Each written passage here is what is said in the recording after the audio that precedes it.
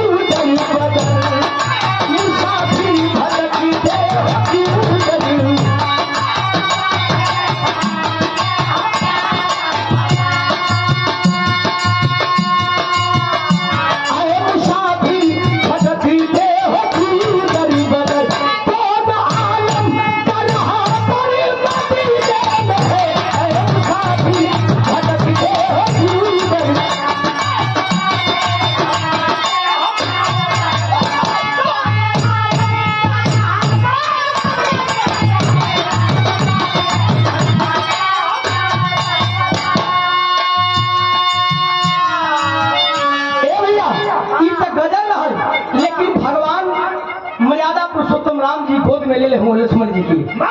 कैसे रोए? अरे राम रोते, अरे राम रोते बिलखी थे अंगूर खोलिए, बिलखी थे अंगूर खोलिए।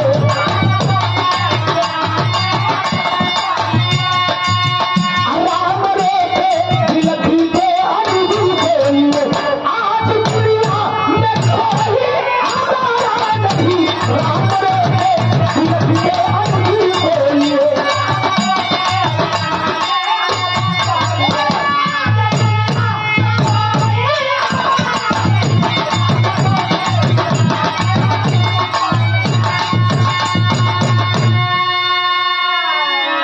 सागर 500 रुपए का पुरस्कार हमारे धर्म के बाबा जी बगलिया में बैठल हुआ नाल नील सुग्रीव जी भी हनुमान जी भी गादा रख के नीचे रोत हुआ। विभीषण जी के देखत देखत नहीं रह गल, अब देखत देखत नहीं रह गल तब गमछा उठौलन आ धीरे से झाड़ उड़ के कहल कि ऐसा ना कि हम चलिए तू लोग बैठ के हम चलत ये तू बैठ के रो जना तो लौटी गल लक्ष्मण जी हो लक्ष्मण जी तो अपने में मत लिया सिखवा दिया क्या दे रहे खुशत हुआ।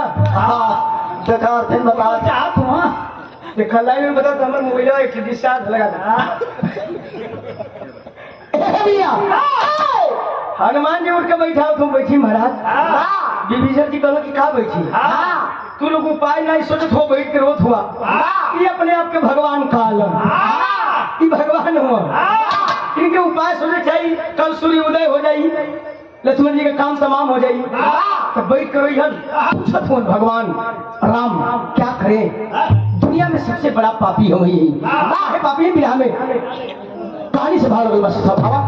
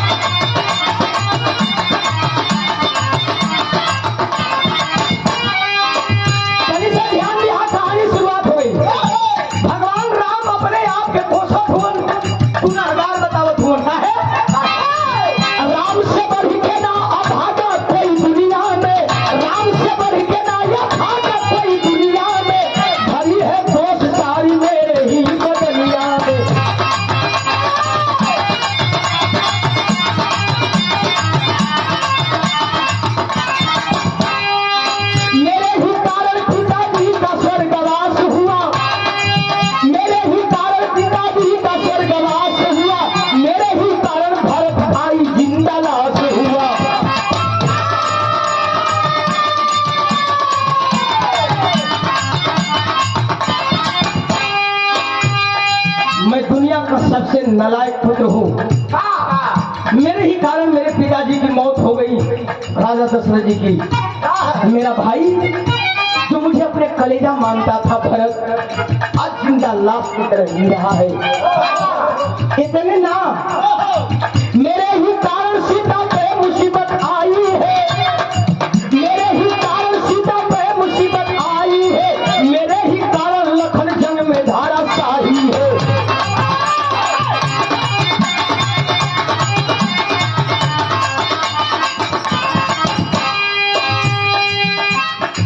अगर हम बन आया रहती हमारी प्रिय जानकी का हरण नहीं हुआ होता।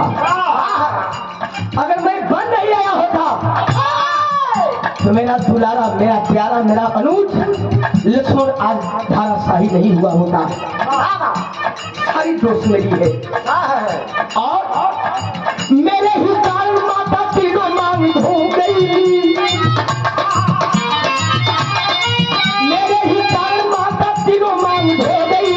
मेरे ही कारण दुनिया में अभागन हो गई।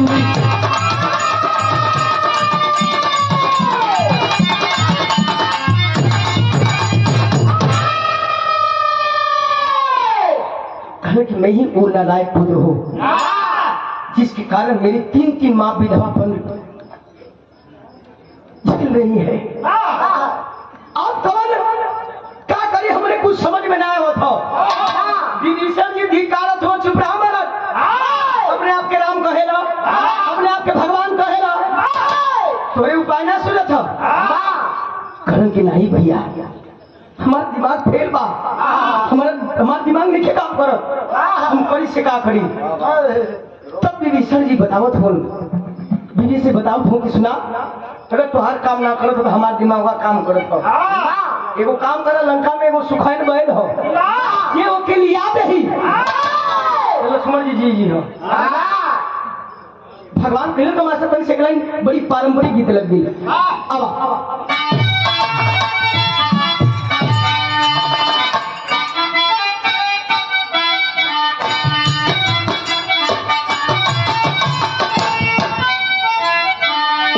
अब माई बहन गावेली, अरे माई कहेली बेटी, अरे लिए रे बियाह बाबूजी कहे बड़ी दूर। लेकिन भगवान रोज कैसे हुआ, अरे पीछे समारिया में गिरल बुलावा हो,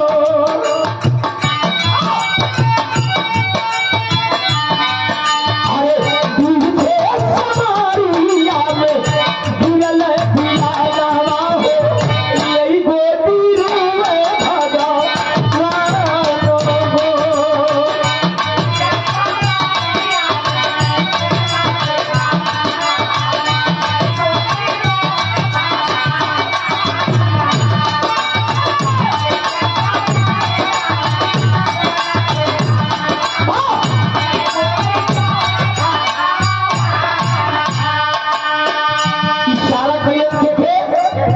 हनुमान जी बैठ के झर झर रोत हो इशारा करते हैं क्या, जय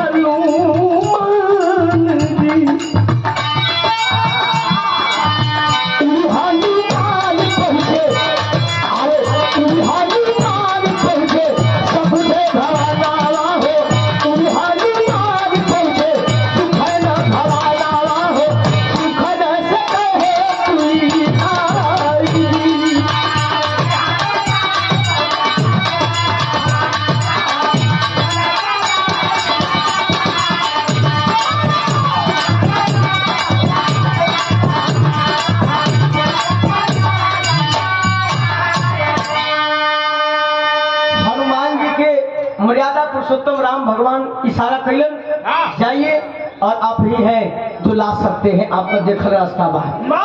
अच्छा तो हनुमान जी गदा उदा लेके तैयार भइलन, और तैयार भइलन तो सीधे आकाश मार्ग से पहुंचलन कहाँ, वही सुखाइन बैठ के वहाँ गए तो ओकर नजारा का देखत हो, अपन जड़ी बूटी कुल पुड़िया में बांधत हो, है तोरे मलेरिया टाइफाइड कहो, है तोरे हैजा कहो, हाय तो हाइड्रोसिल का ले ले, है तू बसीर कर ले, हाय तो भगंतर का ले ले, नहीं कुछ अपने बबुओं के दे दिया।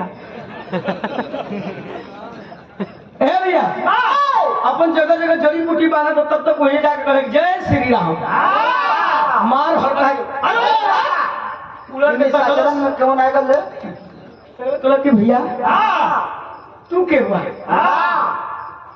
कह तू हनुमान जी की मेरा नाम हनुमान है। कौन हनुमान, कह कि भगवान मर्यादा पुरुषोत्तम राम का दास है। यहाँ कब भैया, यहाँ को निशाचर है, हम तू कहाँ से हो। हनुमान जी कहूँ कि बड़ी विपद कमारल है, भगवान मर्यादा पुरुषोत्तम राम के भाई अनुज लक्ष्मण को सच्ची बार लगा है, आपकी जरूरत है। देखा इनको एगो सीख बा, आप लोगों को बताइए कहा लक्ष्मण जी को शक्ति बार मेघनाथ मार दिया है और आपको चलना है और लक्ष्मण जी का जान बचा करके भगवान का दास बन जाना है। कल स्कूल जल्दी पछिया उछिया कबान ले तो हनुमान जी खड़ा मिला कल की का बात भैया कोनो गलती कर दिली हो, गलती ना महा गलती किया है। तुम्हारी औकात कैसे हो गई हमें लेने आ गया? कैसे सोच लिया कि मैं जाऊंगा लक्ष्मण की जान बचाने के लिए? बोला काहे? चल चला भैया बाबू, हमारा तू ही हुआ पूरे हाथे परत हुआ हुआ बढ़ ना दे देखा कहने लगा कि डॉक्टर भगवान का दूसरा रूप बताया करते हैं बाबू। डॉक्टर के यहाँ चोर हो जाए, बदमाश हो जाए, साहो जाए, दुश्मन हो जाए, जीत हो जाए। उनका काम है जिंदगी बचाना, लेकिन तिरस्कार कर रहा है सुखैन बैठ कहा नहीं चला जाओ, कब तक मैं नहीं जाऊंगा। हनुमान जी प्रेम से कहला कि नहीं जीवा भैया चला चल चला। बड़ी मुसीबत कमाले भगवान, जब लक्ष्मण जी का जान बचा दे भगवान बड़ी प्रसन्न हुई हम कलश की जेबे किनारे आनंद बनल का जा। हनुमान जी कहल कि देखा हमार नाम हनुमान है, खाली गदवा के हेत घुमा दे आ घुमा के खेलम ना खाली पुराने डाक जी सारे मुठिया का खाली गठिया डगता लगल चिल्लाए।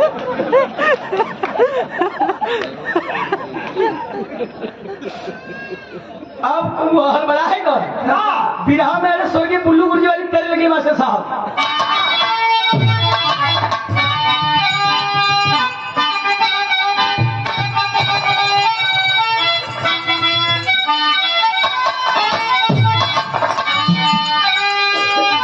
हमारे बुल्लू गुरुजी का मैं कम का सही है। आर्या गने में फूल फूली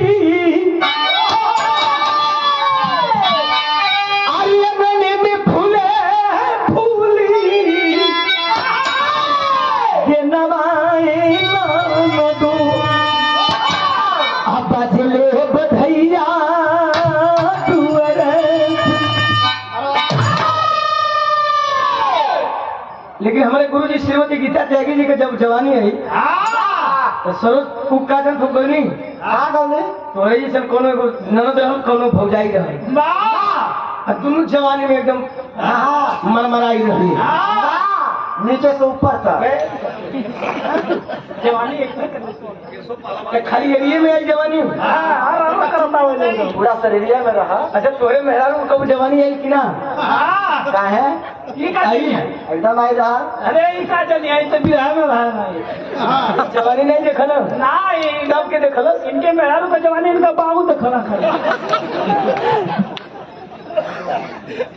ए भैया तो गौली आ गई मास्टर साहब। अरे नदी भौजिया दोनों अरे नदी भौजिया दोनों अरे किस्सा मौरिया अरे नदी भौजिया दोनों एक किस्सा मौरिया का सुनहो ततिया करी देखिया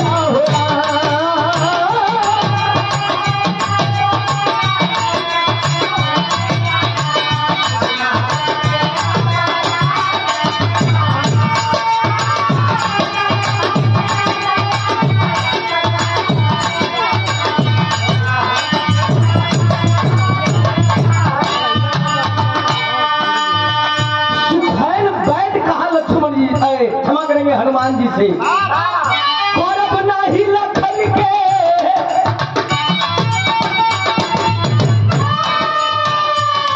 अरे गौरव नहीं लखन के जवैया रे कपिवर गौरव नहीं लखन के जवैया रे कपिवर का जनवा गवाई बुलाई सहजे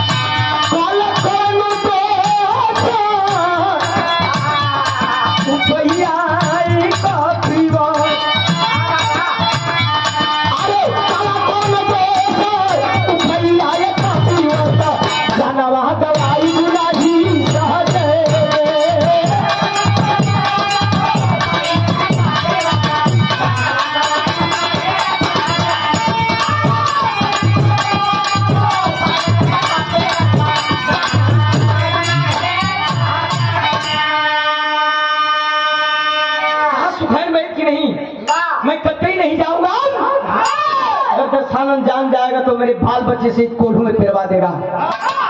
हनुमान जी फिर मनावत हो, चल चला भैया तुला जी बल लक्ष्मण जी मर जी हन, भगवान अधीर हो जी हन फिर जाई ठोकर बल्कि कबरी को लेके ना जाए काय बार बार हम के रख दिया उधर ना जी कौन आया रे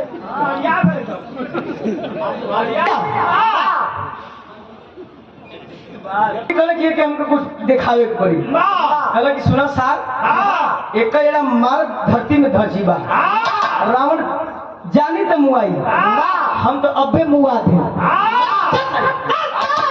जबरी ओके ढके करे ना चलो तो मार भी खत्म हो जी बा। अच्छा तो जबरी से आदमी जबरी से सुखाइन बैठ के लेके चल गए। देखा आज के बीच समाज में बात बा जैसे मान लो हमारा मन होके स्वरूप को मन न होके तब तक लाठी लाठी पिटाए लगता है। जबरी नहीं काम करी बिरहा के बात मतलब हमारे बिरहा गावे को मन होके स्वरूप को नहीं मन है तो जबरी से कोई बा जबरी कौनो काम नहीं हो।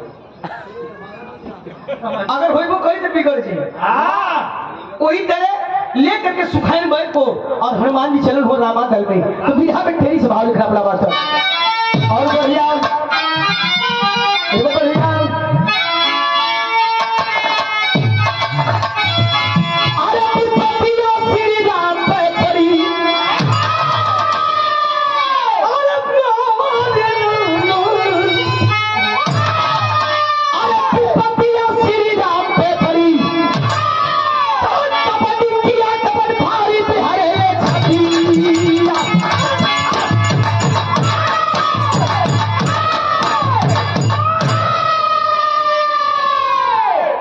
विपतिया श्री राम पर पड़ी कपटी किया कपट भारी बिहरे ले छतिया विपतिया श्री राम पर पड़ी।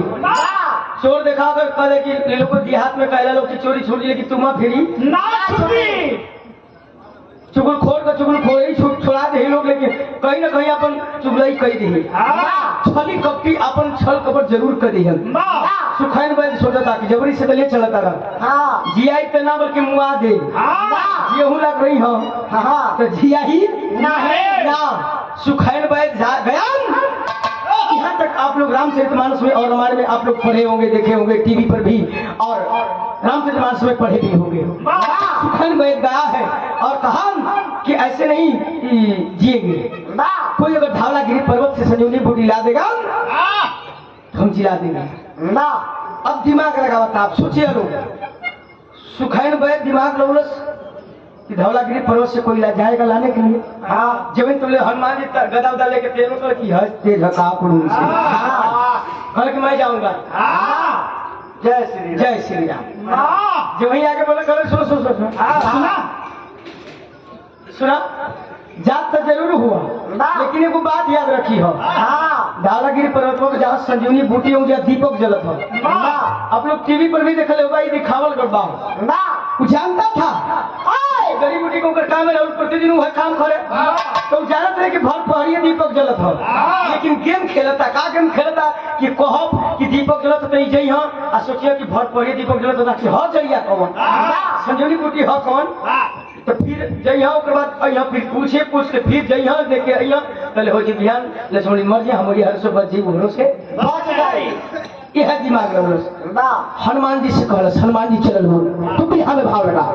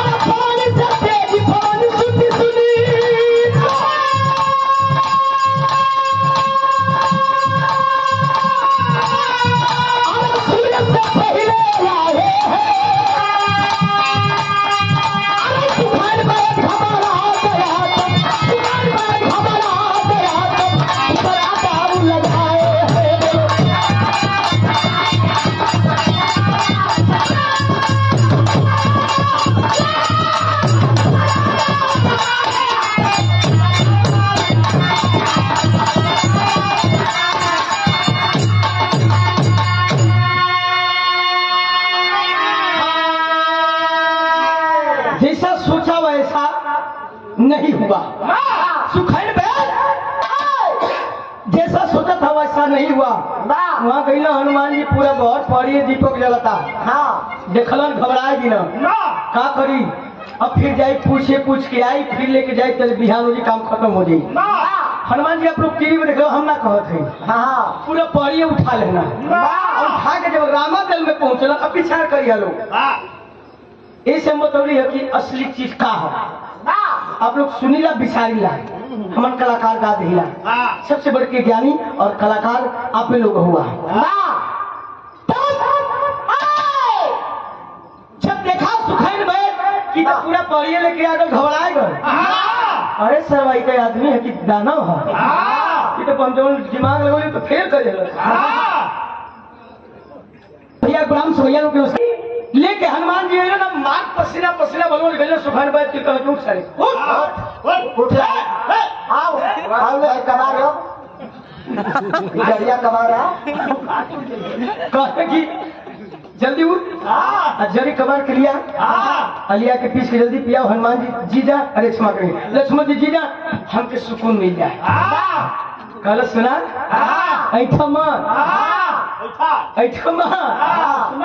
जरिया इसे ना पियाई कल की तब कैसे दूसरा दाव लगा एगो फेल हो गया। दूसरा दाव का बिहार में बड़ी रोमांटिक गीत लगल और ये देखा आज के 20 साल पहले भरहरी भरहरी में गीत बजे तो बड़ा सुंदर लगे। सरोज जी ये गीत के सरोज जी भी गौली हो एक तुरंत देखा कौन गीत हमारे से तुमने बजावा।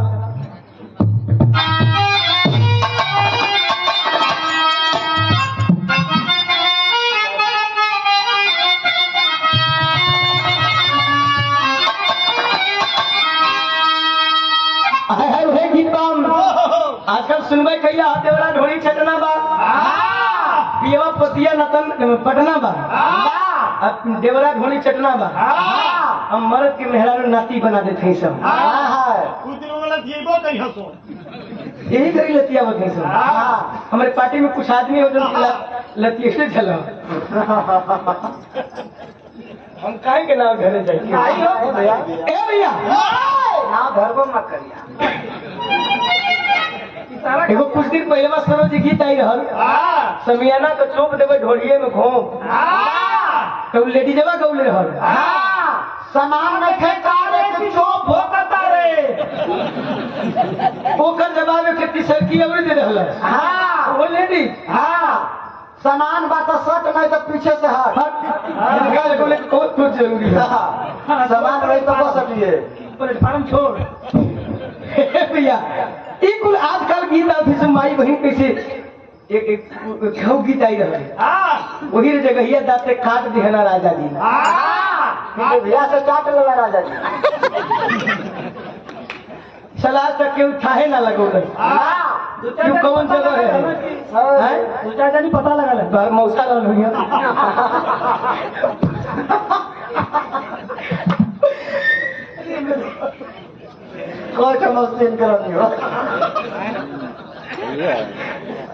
लेकिन कैसन बा आजकल देवी गीत भी आवत हो नवरात्र में बजा था अय्या पटाल के पीछे चुमी चुम्मा हुई दुर्गा माई देखिए नहीं जमाना में बारे सारा जमाना बारे भोजपुरी को गवैया हमारे बिरहा वाला है लेकिन जब बचौले जे सुल्तान भैया तू बोलवा वाला जवन हो सो साथ तेरी के जय हो। अब ले हम माई बहन हमारे जो दो चार दोस्त के बजे कुछ भी होला बिरहा में एक बिरहा कहल जाला कुछ भी हंसी मजाक को लेकिन पर्दा हो मैं को निर्मला याद आई नहीं पहले ले कलाकार उनके कल तेरी माँ के सब बहुत दही वाले अभियंता भैया इतना फुहर फुहर गरी दे चला पूरी यूट्यूब पर देखने के बाद रोवा काम जाता है। इसमें मत करिया लोग चढ़ा दिया झगड़ा लग जाए ऐसे लोग चढ़ाइए तो लोग तो हम कौन गलत बात ना कौन दिक्कतों ना हो चलिए सपोर्ट बा ए भैया आई गीत कैसे बा अरे तूने अजीब पूरा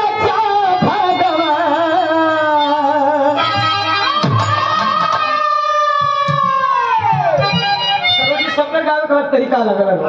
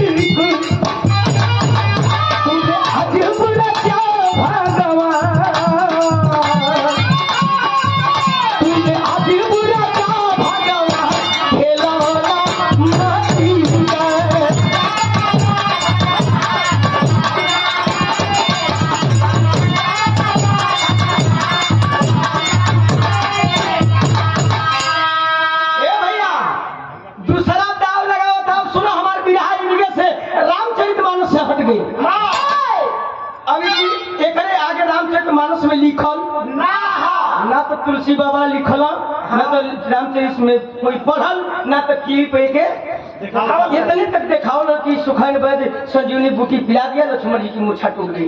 नहीं बाबूजी, मैंने कहा है कि प्रमाण दूंगा किस रामायण में लिखा हुआ है और किस पृष्ठ में लिखा हुआ है, आप लोग जाकर के पढ़ लेंगे।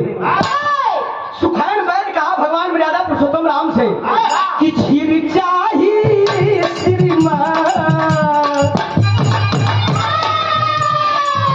खीर मतलब दूध चाहिए दूध। हनुमान जी कह के मगवा चूतिया कहीं का ये बतिया कोले तो हम कोरे ले आ रही का दू बल्टी एना चलो चाहत तो दे दे जा कल की सुखन बैठ कल की पीटी बोला म ढेर चालाक मत बना, ढेर चालाक मत बना। सुना कौन दूध चाहिए तब कहे खीर चाहिए श्रीमान, खीर चाहिए श्रीमान, सुनो एक कहानी का।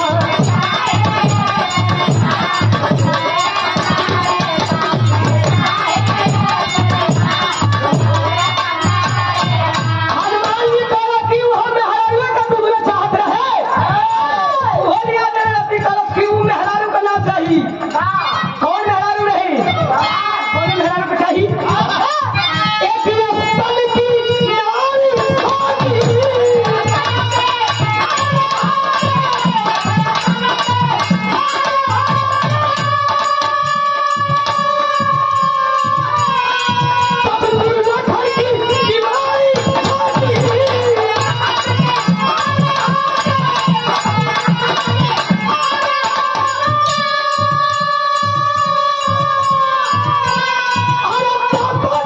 रस्तन की नारी होगी।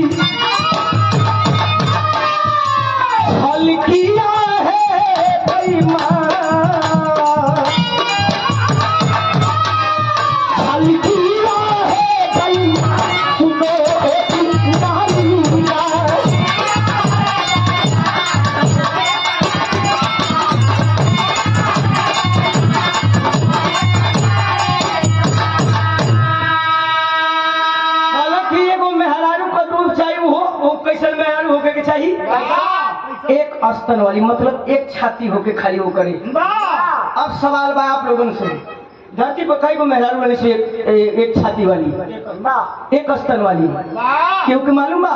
अगर देखे मालूम हो वो हाथ उठावे। मैंने बतौले हैं कि लोग से हमारा पढ़ा लिखा है यार, क्यों की जानकारी बा कोई है नहीं बा, कोई नहीं। सुनो हम बताओ कि ना जानकारी तारा और मंदोदर। वो कैसे? एक रावण की औरत मंदोदर और एक तारा की औरत बाली की औरत तारा। कहानी लंबा चली तरी से सुन लाई कि बस सो के ढूंढ देख लिया लोग। ये से दिमाग लगो सुखन बैठ कि बाली के मले रहना भगवान राम। जब बाली के मले रहना भगवान राम तो जगने मेहरारू के मरद तू मरले रहब उसे कौन सामान मांगे जी बता दही कि तो मोजदारी कबार ले तू कबार कर रख दे ए भैया दिमाग में उसकी तारा तो देवे ना करी।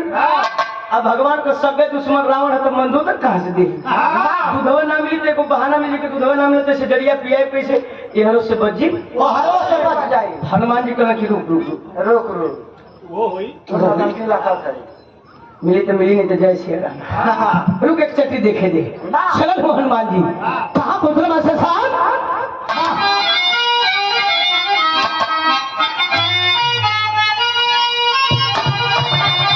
अरे लंका नगरिया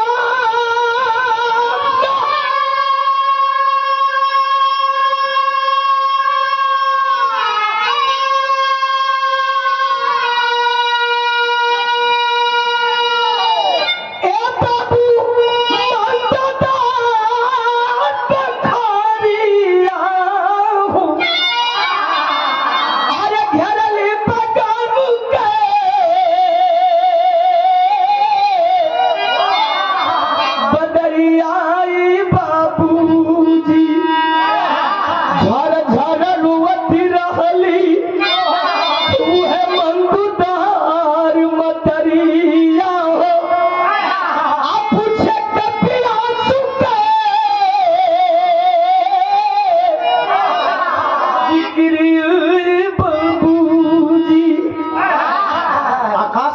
पहुंचल जोने महल में माई मंदोदर ही मर्राए लगलन।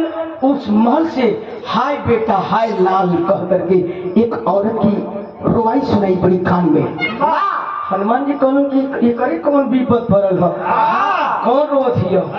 जाते हैं पैर दबाते हुए जाके कहते हैं माँ माँ देखो कौन आया है।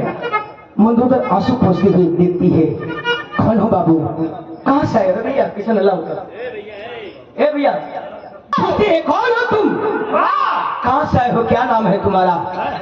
कहते हैं असली चीज छुपाते हैं हनुमान जी। कहले माँ मैं राहगीर हूँ, इसी रास्ते से आकाश मार्ग से जा रहा था, आपकी रुवाई कान में पड़ी तो दिल नहीं माना, चला आया पता लगाने के लिए आखिर क्यों रो रही है, आपको एक खुशखबरी भी देना है। कल कैसे खुशखबरी? मंदोदर पूछती कैसे खुशखबरी? ना जाना तो कल सूर्य उदय हो तो राम का भाई लक्ष्मण मर दिहन, मर दिहन धनुष बाण रख करके मर्यादा पुरुषोत्तम राम वापस चले जाएंगे अयोध्या। ये तने में उठाए बंका हसुआ, ये हसुआ है, हसुआ देखा हसुआ हसुआ उठा लेती है और उठा के गलत की करे। ये कैसे कहे कि लक्ष्मण जी मर गए तो खुशी हुई रखा है। तोरे पति के दुश्मन हो तो तुम की खुशी मिठाई बटवावा और बधा बजी काल लक्ष्मण के मरते लड़ाई समाप्त, क्रोध में लाल हो जाती है मंदोदर और कहती है कि जानते हो लक्ष्मण कौन है? कल कि हमके काम मालूम है। मैं मंदोदर बताऊं गिरह में पपट लगी मास्टर।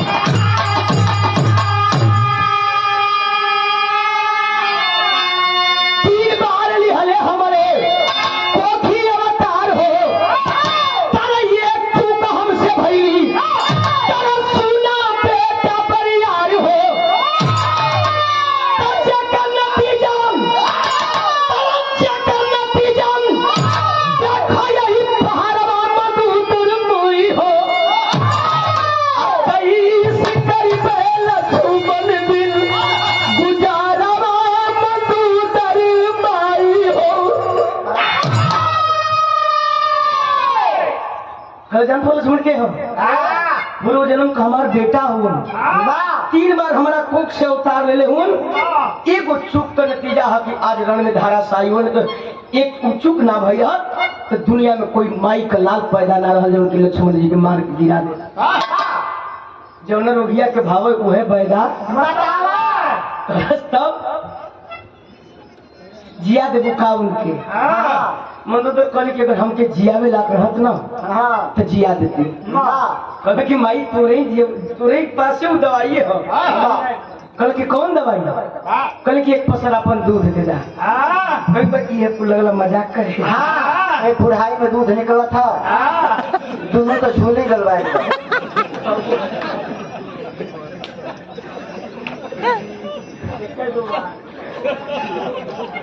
कल की तू लगला मजाक करे, पुराना आदमी भैली 1 लाख पूछ 1.25 लाख ना थी। एक को पूंजी वो में दूध निकली, चांद को झूल कर कुछ मजाक छोड़ा। नहीं माई मजाक ना कर भाई, सही कथी। एक बार अगर तुम्हारा बेटा लक्ष्मण हो तो तुम्हारे छाती से दूध छलक जी माई, एक बार कोशिश करके देखा करे कि से उदा कटोरिया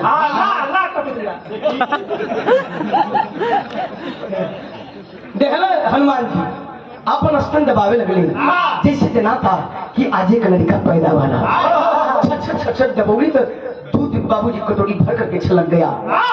आंखों से छट आंसू चले लगी लक्ष्मण हनुमान जी को। माई मंदोदर रोने लगली, कहली कि अब विश्वास भाई ना, कहली कि मत कहा माई ये करके। और उस दूध को बाबूजी रामादल में जब पहुंचन विधा में आधा लगल हो कहा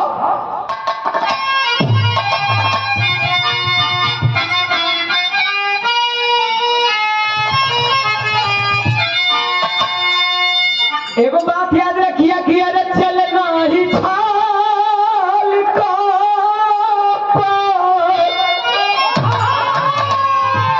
अरे चलना ही छाल को पति हर के समनवा बाबू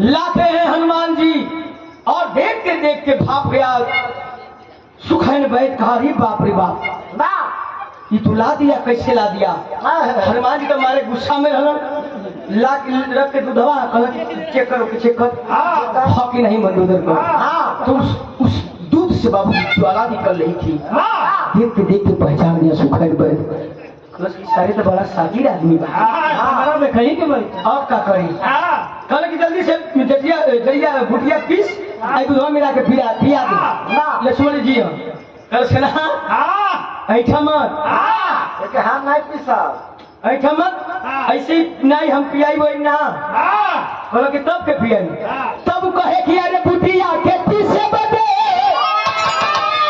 भुटिया के पीछे बदे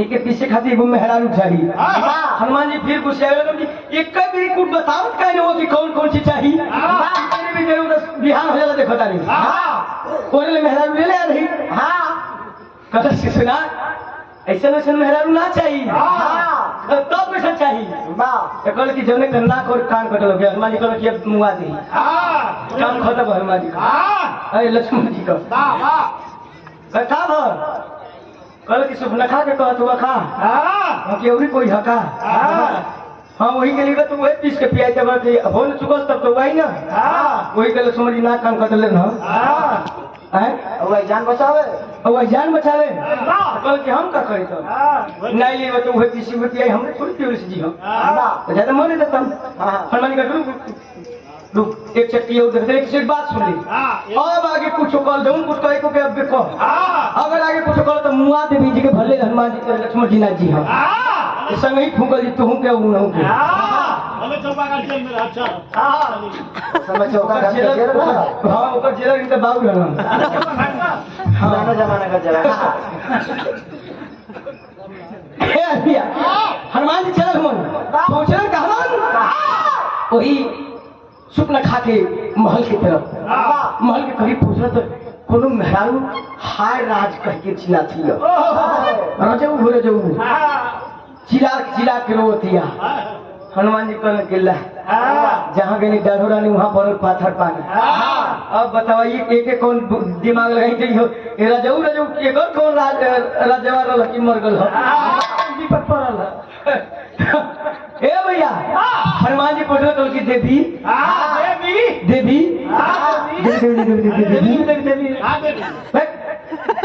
औरत को देवी कहा जाता है। इतना का सिखल है कृपाणांचल कल की देवी कौन सी विपद आन पड़ी है आप रो रही है। एक मेरी खुशखबरी है आप सुन लीजिए। सुपना खबर लप गया सोच पूछ के कल की कौन खुशखबरी भैया कल की नाचे गावो खुशी मनावो छह पल के बाद ये त्योहार न किया कनवा कटले रहो काम खत्म कर लक्ष्मण जी मर जाइए सूर्य उदय हुई है मिठाई बांटे नाचा गावो। सुपना खवा कल के हई देखा जाके पोछिया 4-5 बेरी घुमा के फटक पहनवा डाल जी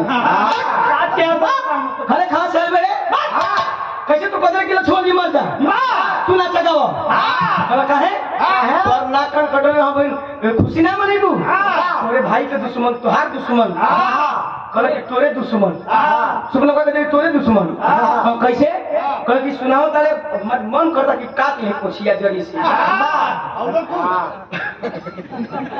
एक कभी काट ले कमवे खत्म हो जाता न पोछ रही न डुलैबा।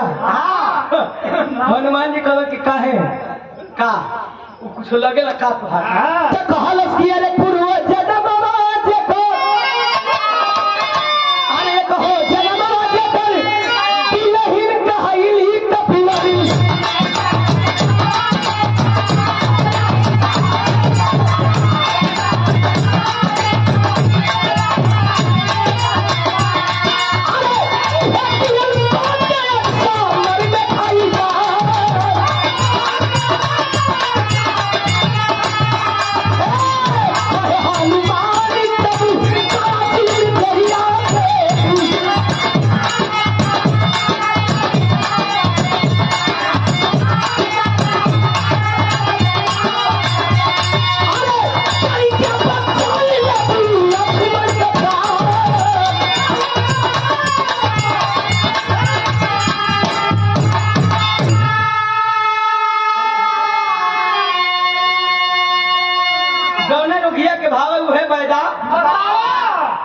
कलश की एक जन्म उनकर अर्धाग्नि बनली एक जन्म अर्धाग्नि रहली एगो चूक हमरा से होगी जो राक्षस कुल में पैदा हुई कोनो सुख ना भोग पौली आज ले जो होते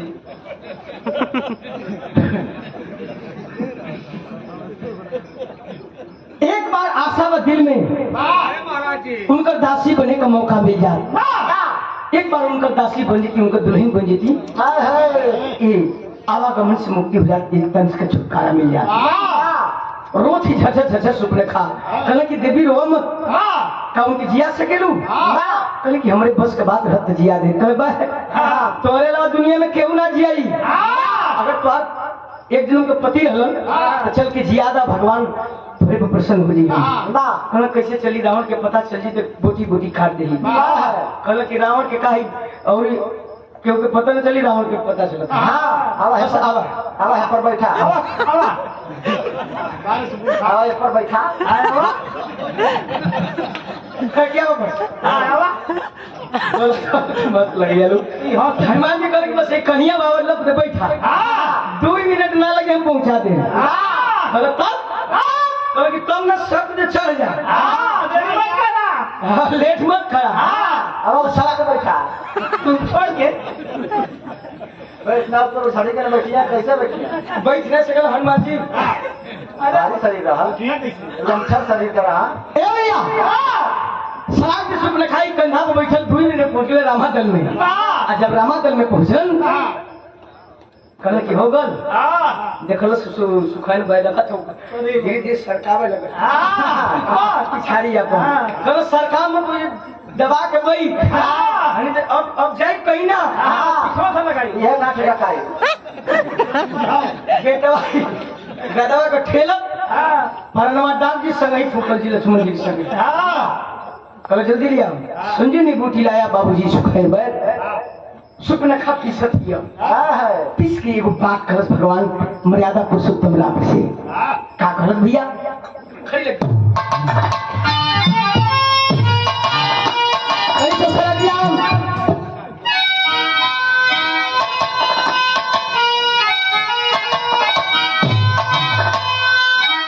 जरिया पीसा थी सुख न खा भगवान मर्यादा पुरुषोत्तम राम से कहते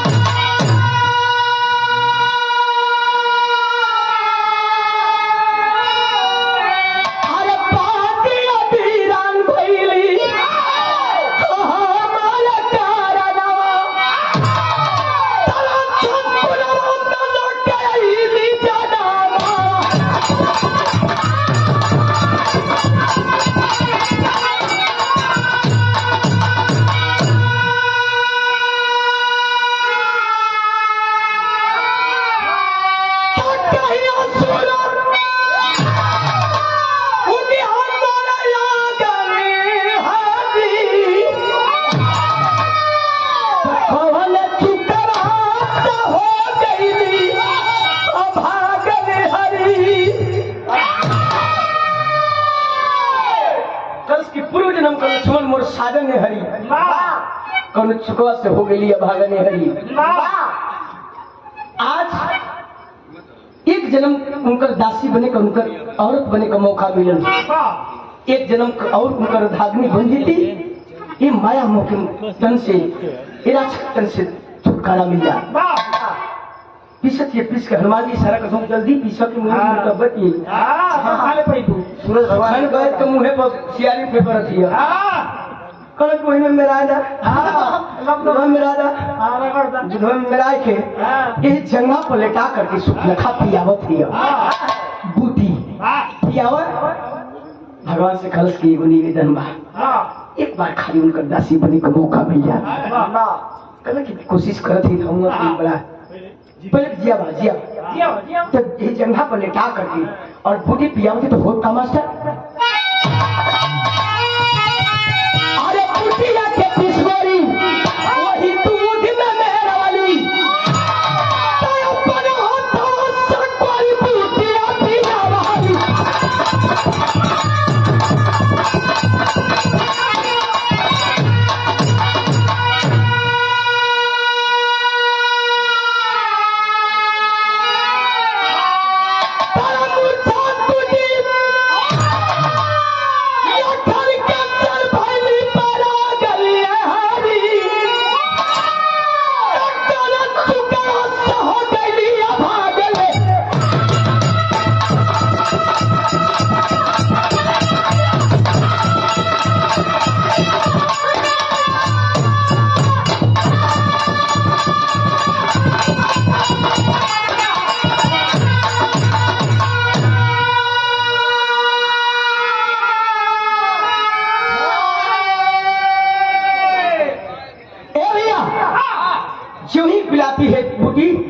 लक्ष्मण जी का मूर्छा टूटा राम राम कह करके उठ के बैठ गए जब उठ के बैठल हो तो दे तो चारों तरफ ताकत हो तो बगल में पंखा बैठल है तो बगली में बैठल दिया बेचारी देखो लक्ष्मण जी उनका खून में खोल दे कहाँ से चुप न खवा कहाँ से आगे के बीच में भगवान कहो कि एक बेट प्रेमों से बतिए बा हरदम आगे उगिल बा वही कर देना कि तू जियत हुआ एक कर देना कि हम जी गिरी का हम मरदवा ऐसा पूछवा का विराज सुने वाले बाबूजी, रंगनाथ रामायण में 266 पेज में साफ साफ शब्द में लिखा गया है। अगर जो भाई सभी किए होंगे और रंगनाथ रामायण उठा करके पढ़ लेंगे। ए भैया जिला करके और वहीं से चली है। चल भैया, आज भी प्रमाण मिलता है, सुपनखा आज भी लक्ष्मण की आज याद में कुंवारी है। अब इस धरती पर है, कवि ने कल्पना किया है, कवि ने कल्पना किया है कि अभी तक वो कुंवारी इस धरती पे है। सोची बिछड़ गया लोग, बिरहा का आखिरी हुई, ये से हमारे बिरहा समापन बा।